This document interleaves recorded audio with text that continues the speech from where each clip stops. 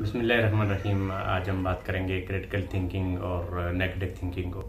हमारी सोसाइटी का अलमिया क्या है कि हमारी सोसाइटी का अलमिया है कि हमारे यहाँ क्रिटिकल थिंकिंग तो ना बच्चों को सिखाई जाती है, ना हमारे एजुकेशन सिस्टम का इसका कोई हिस्सा है। हालांकि अगर आप 21st सेंचुरी स्किल्स की बात करते हैं, जो 4 स्किल्स हैं 21st सेंचुरी की, उनमें से जो एक इंपॉर्टेंट स्किल है वो है क्रिटिकल थिंकिंग। चीज़ों को क्रिटिकली देखना, चीज़ों का तनकीदी जायजा लेना, चीज़ों के पॉजिटिव और नेगेटिव दोनों एस्पेक्ट को देख के कोई डिसीजन करना, कोई राय काम करना हमारी सोसाइटी में तो है ही नहीं। हमारी सोसाइटी में क्या है, हम बहुत जल्दी राय काम भी कर लेते हैं, बहुत जल्दी मोटिवेट भी हो जाते हैं और एक फर्द का मौक़िफ़ सुना, दूसरी तरफ का मौक़िफ़ सुना ही नहीं और हम कहते हैं कि बस इसके साथ ज्यादती हुई है।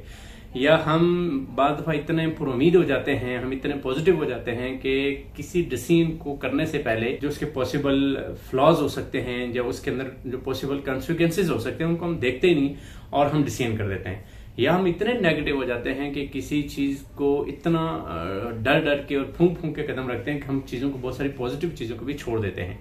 नतीजा दिन क्या होता है, अगर हम इतने पुरुमीद हैं या इतने हम ऑप्टिमिस्टिक हैं या इतने हम पॉजिटिव हैं तो हम उन चीजों के लिए तैयार ही नहीं होंगे जो किसी भी डिसीजन के नतीजे में, किसी भी आपके फैसले के नतीजे में आगे चल के कुछ मसाइल आ सकते हैं। और दूसरी तरफ अगर आप इतने ज्यादा नेगेटिव हो गए हैं तो आप कोई भी डिसीजन नहीं कर पाएंगे और जब आप डिसीजन नहीं कर पाएंगे तो नतीजतन आप कोई बड़ा काम भी नहीं कर पाएंगे। आगे की चीजें आप उस तरह से देख नहीं पाते क्योंकि आप बहुत नेगेटिवली चीजों को देख रहे हैं या बहुत नेगेटिवली चीजों को सोच रहे हैं।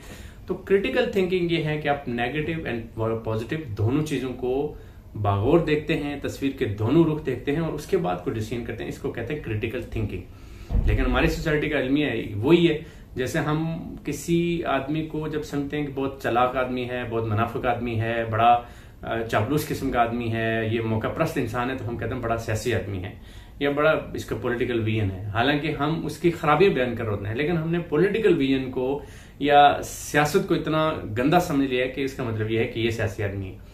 इसी तरीके से जब हमारे यहाँ कोई बहुत नेगेटिव बात हो या नेगेटिव को बंदा एक्सपेक्ट कर रहा हो या बहुत नेगेटिविटी का इज़हार कर रहा हो तो हम कहेंगे वो बड़ा क्रिटिकल आदमी है। वो हर किसी क्रिटिकल आदमी नहीं होता, वो वाकई नेगेटिव आदमी होता है। या जब कोई बंदा बहुत क्रिटिकली चीजों को देख रहा होता है तो उसको हम कहते हैं यार ये बड़ा नेगेटिव आदमी है, इसको तो चीजें खराबी नजर आती हैं। हालांकि वो खराबियों और खूबियों दोनों को देख रहा होता है। आप कैसे जज करेंगे कि ये बंदा क्रिटिकल है या नेगेटिव है? अगर वो किसी चीज को पॉजिटिव एंड नेगेटिव दोनों एस्पेक्ट को बयान कर रहा है, वो उसकी खूबियां भी बयान कर रहा है, उसकी खामियां भी बयान कर रहा है, वो प्रॉब्लम भी बता रहा है और वो उसके जो बेनिफिट्स हैं वो भी बता रहा है, तो इट्स मीन वो क्रिटिकल आदमी है, वो क्रिटिक रखता है, वो क्रिटिकली चीजों को जायजा ले सकता है। लेकिन अगर वो सिर्फ नेगेटिव बातें कर रहा है और सिर्फ आपको डरा रहा है कि ये हो जाएगा, ये हो जाएगा, ये हो जाएगा, ऐसा हो जाएगा, वैसा हो जाएगा, तो इसका मतलब वो नेगेटिव है, वो पॉजिटिव चीजों को देख ही नहीं पा रहा। तो जरूरत इसी है कि इस वक्त हमें अपने एजुकेशन सिस्टम में पूरे में क्रिटिकल थिंकिंग की बहुत ज्यादा जरूरत है, क्रिटिकल एनालिसिस की बहुत ज्यादा जरूरत है।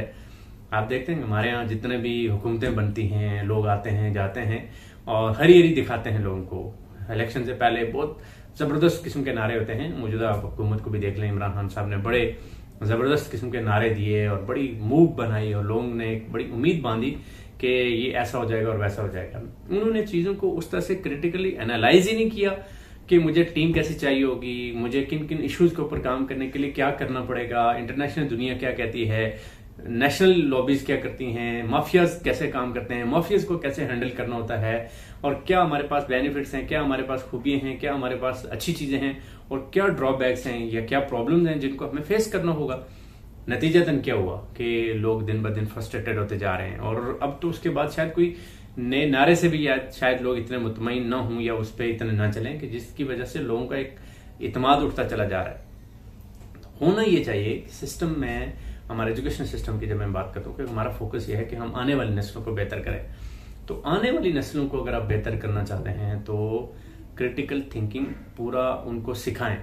लेकिन क्रिटिकल थिंकिंग की जो ये बड़ा नाजुक सा फर्क है क्रिटिकल थिंकिंग और नेगेटिव थिंकिंग में, उसको ये बहुत अच्छे तरीके से डिफाइन होना चाहिए कि यहाँ आके नेगेटिव थिंकिंग शुरू हो जाती है और क्रिटिकल थिंकिंग खत्म हो जाती है। जब आप बाइस्ड हो जाते हैं, जब आप चीजों का सिर्फ एक रुख देख रहे होते हैं, चीजों का सिर्फ एक वाला पहलू देख रहे होते हैं, तो उस वक्त आप क्रिटिकल थिंकर नहीं होते। आप उस वक्त या तो नेगेटिव थिंकर होते हैं या पॉजिटिव थिंकर होते हैं। अगर आप उसकी सारी खूबियां आपको नजर आती है, कोई खामी नजर नहीं आती, या आपको सारी खामियां नजर आती हैं, खूबी नजर नहीं आती, तो आप इसका मतलब है कि आप क्रिटिकल थिंकर नहीं है। आप इसकी मिसाल लीजिए, आप अपने बच्चे से बेपनाह मोहब्बत करते हैं और आपको किसी पड़ोसी ने, किसी जानने वाले ने ये कंप्लेन की कि आपके बच्चे ने ये गड़बड़ की है या आपके बच्चे ने मेरे बच्चे के साथ ज्यादती की है, आप ये मानने को तैयार नहीं होते कि मेरा बच्चा ज्यादती कर सकता है या मेरे बच्चे ने कोई गड़बड़ की होगी, तो आप बगैर तहकीक किए सीधा उसके साथ लड़ना झगड़ना शुरू कर देते हैं कि यार तुम क्या बात कर रहे हो, मेरा बच्चा तो ऐसा नहीं और ऐसा नहीं और ऐसा नहीं है।